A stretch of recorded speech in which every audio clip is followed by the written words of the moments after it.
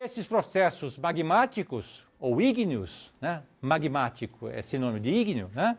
Ocorrem exatamente nas zonas de interação das placas tectônicas e acompanham os terremotos, como nós vimos, né? Então, se nós dermos o exemplo da ilha vulcânica de Sumatra, lá na Indonésia, né? Krakatoa, né? Uma ilha vulcânica, né? Marginal a essa ilha vulcânica, nós temos grande intensidade de terremotos. Toda a medicina que é utilizada pela humanidade hoje vem das rochas. Sejam rochas ígneas, sejam rochas metamórficas, sejam rochas sedimentares, né? Os metais também vêm, né? Se precipitam, se concentram em determinados locais, né? E, portanto, são explorados. Queria destacar para vocês algumas das formas das rochas ígneas, né? Comentei com vocês as rochas formadas em profundidade, plutônicas, né? Rochas vulcânicas em superfície, né? E nós temos uma classe intermediária, né? Que sempre nós temos isso, né? Então, uma classe que fica em nível raso da crosta. Não é vulcânica, não é plutônica, mas nós chamamos de hipoabissais, tá? Nós vamos ver alguns exemplos, tá? Em primeiro lugar, em termos de forma e estrutura, né? Classificação expedita, né? Nós classificamos rochas ígneas que são coerentes com o arranjo de outras, concordantes, ou rochas discordantes, que seccionam outras rochas. Isso é muito importante no estudo geológico, porque se uma rocha corta a outra, ela é mais jovem do que aquela que está sendo cortada, tá?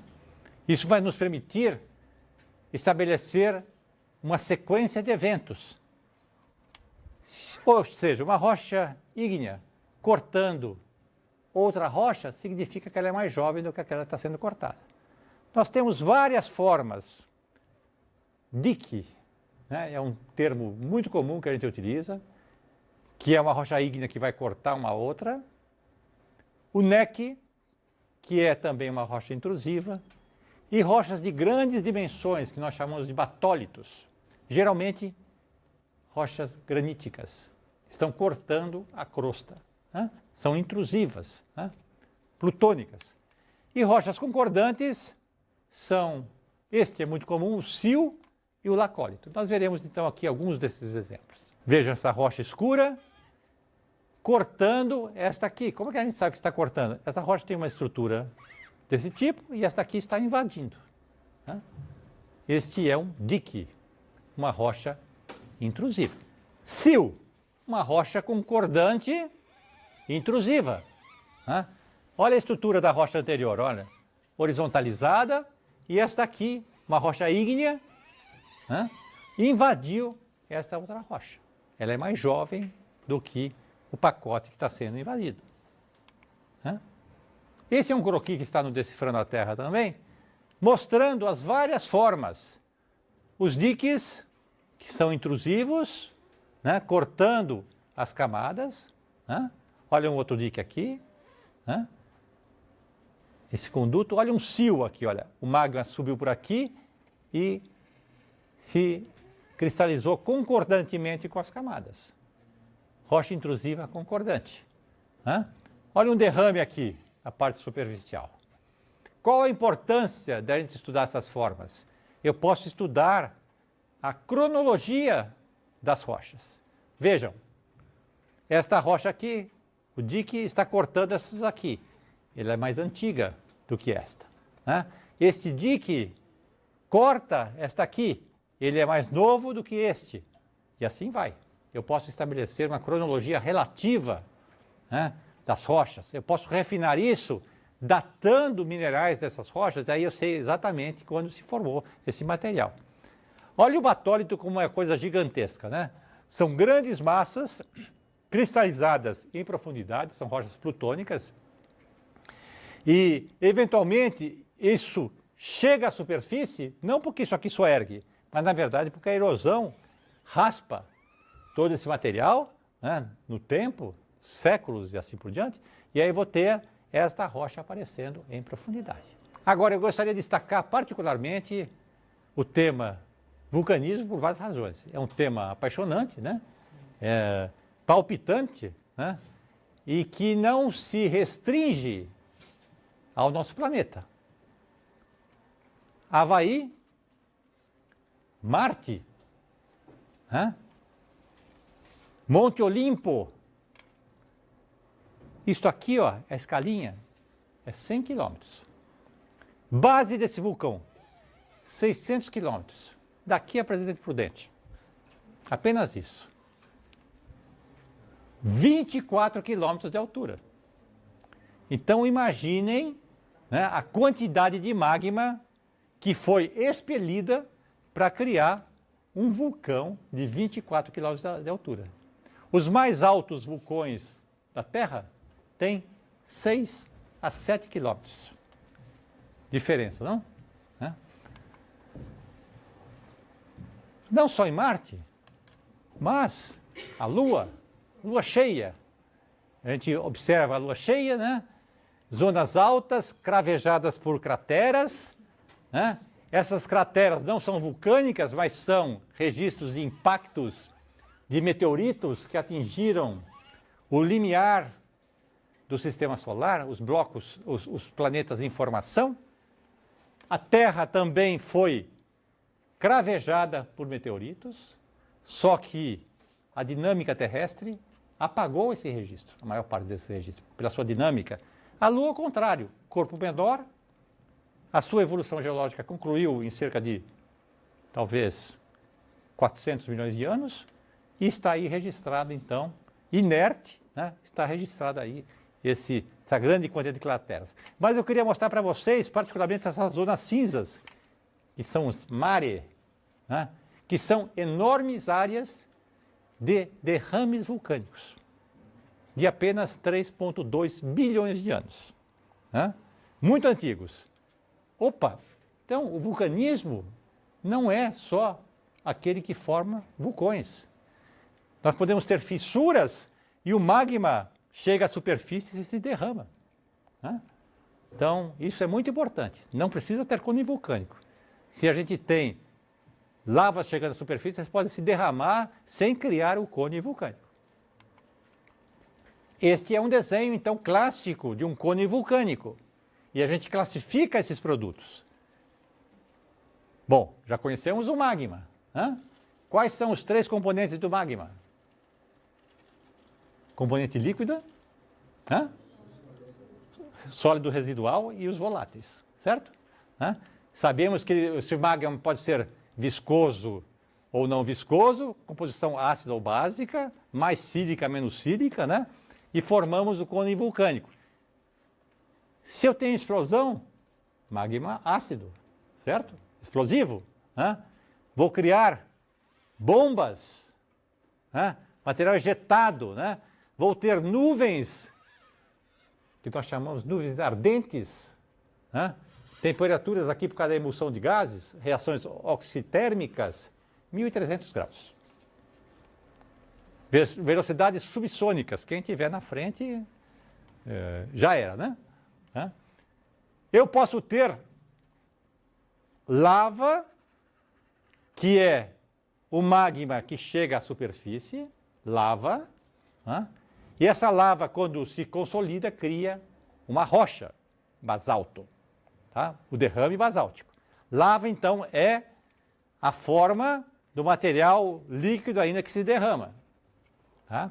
Pode se derramar com maior ou menor velocidade em função da questão da composição. Eu tenho os diques, que são decorrentes de um canal subordinado, né, que vai criar os diques, rochas intrusivas, né? Eu tenho aqui fluxo piroclástico, que é um material superaquecido que desce também, né, a montanha. Eu tenho água subterrânea aquecida, é um fenômeno associado, criando, nós chamamos aqui de geysers, né, que é emanações de jatos de água e vapor, né, famosos lá do Parque de Yellowstone e outros, né? O que mais? fluxo piroclástico e assim por aí. Bom, e tenho a chuva ácida. Quer dizer, se eu tenho uma erupção com gases, né, ricos em enxofres, gás sulfúrico, gás clorídrico, etc., nós teremos chuvas ácidas que vão dizimar a vegetação, né? Vão contaminar o solo, né? Isso cria um problema ambiental grave, né, nessas regiões vulcânicas, né? Agora, tem os aspectos benéficos. Quando eu tenho atividade com grande emanação de lavas, criando derrames espessos, um atrás do outro, por quilômetros, dezenas de quilômetros, centenas de quilômetros se derramando, né? Com o passar do tempo, esse material se degrada, sua composição ela é oxidada, né? Vamos criar um solo, e é um solo extremamente rico, tá? Fértil, né? E isso dá origem ao que nós chamamos de terra roxa. Oeste Paulista, Paraná, né? Toda a nossa cultura de cana está sobre solo vulcânico, né? Até o sul do país, né? De um imenso derrame vulcânico que aconteceu quando o Oceano Atlântico estava se formando no sul do país. Então, sobre o continente, nós tivemos esse material, né? Aí vocês têm, então, algumas das formas espetaculares, né? Islândia, um hotspot, cadeia mesoceânica. Ilha do Havaí, Santa Helena, vejam a forma diferente, olha. Um cone com um flanco suave, encosta suave, e aqui um cone que foi destruído, aqui já está criando um outro cone. Atividade explosiva, né? Esse material foi ejetado, né? E destruiu a região próxima. Aqui, ao contrário, as lavas se derramam de uma maneira mais tranquila, né? Então, atividade no Havaí, atividade básica, pouca sílica, magma viscoso, tá? Olha lá em Honolulu, um outro antigo vulcão, né? O resto de um antigo vulcão, de um cone vulcânico, né? No meio da cidade. Outro vulcão, só que o topo dele está preenchido por água. O famoso cratera do lago no Oregon, né? Nos livros você vai encontrar várias imagens desse belo vulcão, né? Musashi, Califórnia, né? Rússia, né? Então os vulcões estão, se vocês entrarem no site do US Geological Survey, né? Vulcões, vocês vão ver então o monitoramento que existe mundialmente em relação aos vulcões, né? Bom, nós podemos então classificar o material, né? Por várias razões, né? Nós queremos saber se a lava é viscosa ou não, né? Nós queremos saber esse material explosivo, né? As dimensões desses blocos, classificá-los, né?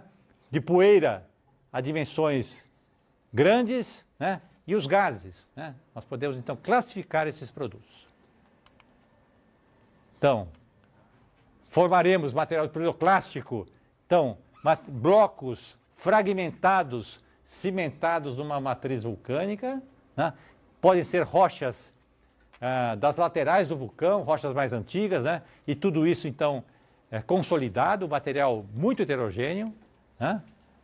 Nós temos as cinzas, esse caso é clássico, o Santa Helena, na Califórnia, no norte da Califórnia, oeste da Califórnia, e aqui foram 6 quilômetros cúbicos de material ejetado na atmosfera em 1980. Isso foi capa de uma revista de vulcanologia. Essas cinzas foram, pelos ventos, foram transportadas até a costa leste dos Estados Unidos, né? Então, são atividades enormes, né? Vejam o volume de material que é pulverizado instantaneamente, né? Já antecipei para vocês, então nós temos o vulcanismo, que forma cones vulcânicos, né? E os fissurais, que formam derrames vulcânicos, né? Veja, somente básico. Ou seja, os derrames têm condições de fluir por grandes distâncias, né? O central pode ser básico e ácido, né? E com isso nós teremos formas diferentes. Se ele é básico, a forma do vulcão é suave. Se o vulcanismo é de natureza ácida, o vulcão tem encosta íngreme. Né? E no básico nós formaremos esse tipo de lavas que são particularmente características da região do Havaí onde foram classificadas. Né? Vulcanismo fissural. Fissuras de onde o magma sai, né? Geralmente centro de oceano, né? O vale central onde o material surge, né? E se derrama em presença de água, formando uma estrutura muito curiosa que nós chamamos lava almofada, lembrando almofadas, né? Eu acho que eu tenho aqui uma imagem do fundo oceânico, né? Então a lava sai, né? Uma golfada de lava, presença da água fria, se cristaliza rapidamente, rompe-se como um ovo, né? Sai uma nova golfada e assim nós criamos essa estrutura de lavas almofadadas, né? Típicas de oceanos. Né? Então, é aqui que vai se formar a lava almofadada, nessa região. Eu sou um amante dos vulcões, né? E, junto com outros colegas, nós produzimos alguns livros sobre atividades vulcânicas, né? Mas não só mostrando como é o processo, mas aliando com a questão humana, né? Com a questão turística e com a questão, vamos dizer assim, geomorfológica. Né? Então, aqueles que se interessam por conhecer ambientes vulcânicos, né? Folheiem esse livro. Ele contém também um acervo belíssimo de fotos. Né? Roberto Linsker é um fotógrafo profissional, né? Que ilustra esses livros. Né?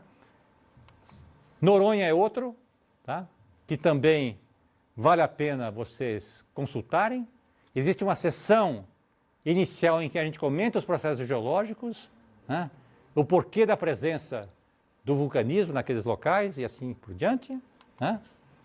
E o último deles que eu queria destacar é o livro sobre o vulcanismo Serra Geral, que ocorre no sul do país, indo à Argentina, inclusive, né?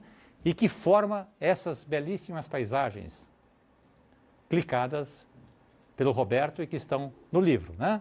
Vulcanismo Serra Geral. Né? Pacotes, sucessões de derrames vulcânicos, né? Que atingiram uma área de 1 milhão de quilômetros quadrados. Área enorme do sul do país. E é nesse local que está a Terra Roxa, né? Que é extremamente importante para a agricultura e para o vinho do sul do país. O vinho do sul do país também é cultivado nessas rochas vulcânicas, no solo dessas rochas vulcânicas. Foz do Iguaçu nada mais é do que o escavamento pela água dos derrames vulcânicos. Nós vimos então o processo fissural e queria agora mostrar para vocês o tipo extrato, né? Que, como eu disse, né? É oriundo do magma viscoso, que vai formar um cone bastante inclinado. Né? Esse cone é formado por material vulcânico, né? Um sobre o outro, né? Geralmente explosivo, né? Que cai aqui do lado, né? Piroclástico, né? E é percolado por uma série de erupções de flanco. Né? E aqui está um caso clássico, o vulcão Osorno, no Chile, né? Com essa belíssima forma, né? Punta Arenas, né? Essa região muito, muito bonita. Né? E o vulcão tipo escudo, que ao contrário do outro, né? Tem uma borda suave, justamente porque as lavas se derramam lentamente, né? Formando esse tipo de vulcão. Tá? Exemplo, o vulcão do Havaí, né? Mauna Loa. Né? Existe aqui então um lago de lava, né? São crateras enormes, onde o material sai, né? Eventualmente se derrama para cá, ou nós temos erupções laterais que chegam até o mar, né? Construindo mais o vulcão, a base do vulcão. Né? Existem dois tipos de lavas associadas ao vulcão do Havaí, a lava AA, né? Que é uma lava em fragmentos, né? que se movimenta lentamente, o pessoal fotografa, né? Ou a lava encorda, como o próprio nome está dizendo, né? Lentamente esse material é uma película fina, consolidada, né, que vai se movimentando enquanto embaixo está fluido, lentamente se movimentando esse material. Né? Olha o louco aí do vulcanólogo. Né? Magma básico, que temperatura? 1000 graus Celsius. 1000 graus Celsius, né? Certamente ele está se cozinhando aqui nesse processo. Né? Lava AA, né? Essa lava que se movimenta muito lentamente. Né? Olha aqui a incandescente. Aqui, ó. Né? Se uma fogueira já queima, imagina uma coisa dessa. Né? E as lavas Parroy, que é outro tipo, né? Que é característico essas lavas em corda ou Parroy. Quais são os fenômenos vulcânicos que se associam, então, a esses processos ígneos? São essas grandes corridas de material denso, extremamente perigosas. Né? Esse material desce a encosta e é como uma inundação, só que é de material extremamente denso. Né? E esse material soterra tudo pela frente. Né? São dezenas de metros que são soterrados da superfície, vários casos. Né? O Nevado del Ruiz, na Colômbia, né? Que dizimou todo o vale adjacente. Né? As nuvens ardentes, que eu já mostrei para vocês, que são essas emulsões gasosas superaquecidas, rápidas. As avalanches, porque os cones são altos, tem gelo, derrete e desce tudo. Né? Os geysers turísticos, né? Fontes termais e fumarolas. Né? Olha o lar, olha a escala humana, olha o material que desce a encosta. Isso é extremamente destrutivo. Nuvens ardentes, Vila Rica, vulcão Vila Rica, no Chile. Né? O ano passado entrou em erupção novamente. Os geysers ou fontes termais, borbulhar, nós chamamos panelas de lama, né? Lama vulcânica em ebulição. Os geysers, basicamente o funcionamento é água subterrânea, proximidade com magma.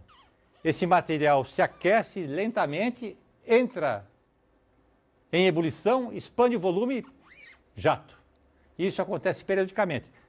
Deu jato, a água começa a impregnar outra vez e assim por diante, vai se acumulando, expande-se, jato. Né? Então os geysers lá do Yellowstone e outros, Rotorua na Nova Zelândia, são desse tipo. Né? Em função, portanto, dos tipos de processos vinculados ao vulcanismo, nós vamos ter, ou ao plutonismo, né? Nós vamos ter arranjos com minerais grandes, nós chamamos isso de arranjo de textura. Tá? Muitas vezes alguns minerais são extremamente grandes em relação à matriz, então são pórfiros, como este caso aqui. Esse mineral róseo, né, ele é muito maior do que o restante, então é o pórfiro, né? Então uma textura porfirítica, né? Ou uma textura fanerítica, né? Toda a textura é grosseira. Né? Ou nós temos uma textura fina, afanítica, os minerais finos, processo superficial, bem superficial. Né? Seja ele básico, seja ele ácido.